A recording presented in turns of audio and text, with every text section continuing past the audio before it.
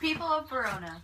We are sitting here live in Verona Studios to inform you on the breaking news of today. Stay tuned for further notice.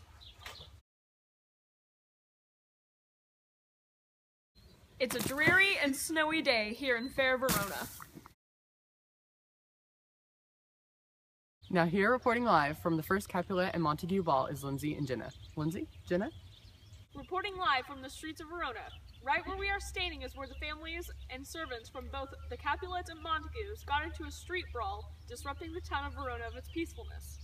The prince declared that if the families got into more fights, the punishment would be death.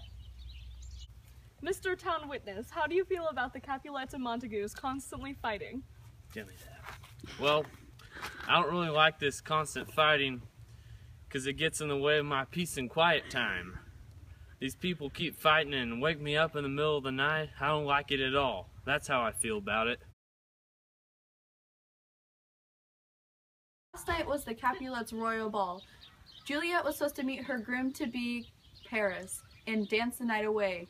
Everyone that had importance was supposed to attend besides the Montagues. Back to you. Changing hands. No. Now the wrists. Wrist dancing, bells jingle, jingle. So, did you attend the Capulets ball? Very much. So, did you meet anyone? Yes, I did. I met this one very attractive 12-year-old girl named Juliet of the Capulets clan. Was she really hot? She was very hot. Back to you. Reporting live from Verona with Juliet Capulet. Juliet, how do you feel towards Paris? At the ball last night, I discovered that we weren't meant to be. I found another true love. And who would that be? Romeo.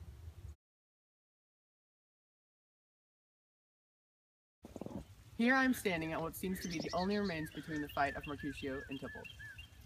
Tybalt won, and then was fought by Romeo, in which he was also slain. Coming back to you, Jane. This is Lady Capulet. How do you feel about your nephew Tybalt dying? Well, he was very dear to the family, and it's all the Montagues' fault, so I blame them. And Romeo. I hope he dies. Oh. You heard it, folks. Back to you, Jane. How do you feel about being exiled from Verona? It makes me sad, deep down, but I'm happy because I have avenged Mercutio's sad demise. By killing Tybalt. By killing Tybalt. That boy deserved to die, and I slew him. Slew?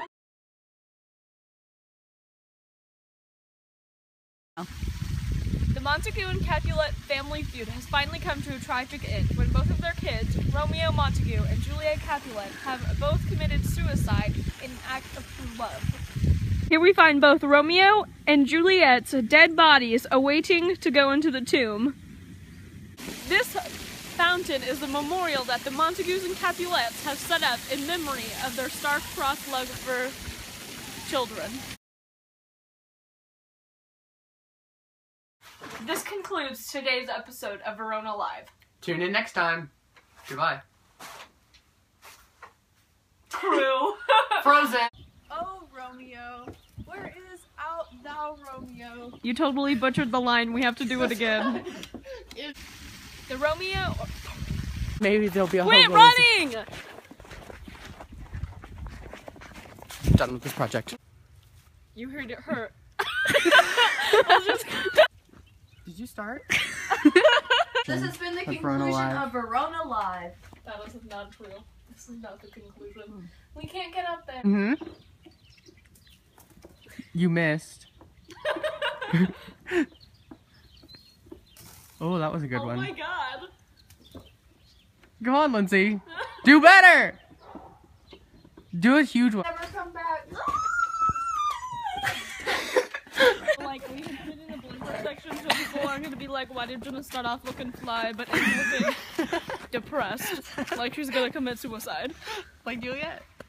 Sad and hair frozen. literal frozen. No one wants to blow their nose on leaves. We're just gonna make No tissues. one wants to blow their nose in leaves. Someone turn off the camera. Lindsay, No, this no, is no, terrible!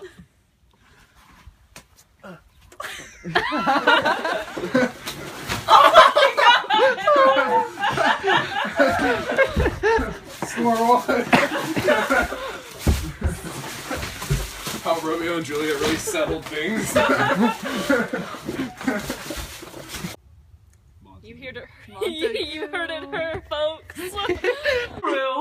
Frozen. Dead. Let's go have hot chocolate. Let's turn this off. How do we do this off?